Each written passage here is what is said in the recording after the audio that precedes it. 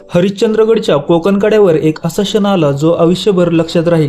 हा ट्रेक डोंगराचा नाही तर एका जीवाचा देखील होता। नक्की काय झालं ते सांगतो, व्हिडिओ शेवटपर्यंत पहा। आमचा हरिश्चंद्रगडचा प्रवास येथून सुरू झाला। वर पोहोचलो तेव्हा दर्शन झालं प्राचीन हरिश्चंद्रेश्वर मंदिराचं।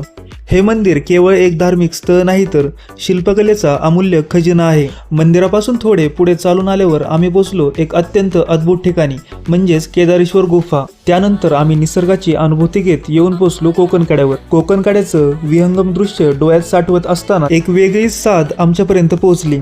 कोकण कड्याच्या उजव्या बाजूस काही गाय आणि म्हशी गवत खात होत्या। तेव्हा आम्ही पाहिले एक छोटा जीव गड्ड्यात अडकलेला। आम्ही 4-5 जण एकत्र आलो, हात दिले आणि शेवटी त्याला सुरक्षित बाहेर काढले।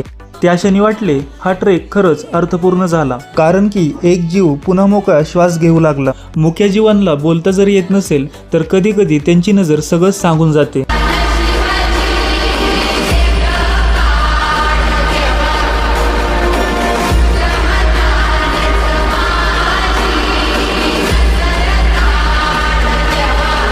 या हरिश्चंद्रगडाने आम्हाला शिकवलं, निसर्गातला प्रत्येक प्राणी हा प्राणी नाही तर भावनांनी भरलेला जीव आहे। प्रत्येक जीव हा महत्त्वाचा असतो, फक्त बोलत नाहीत म्हणून दुर्लक्षित करू नका।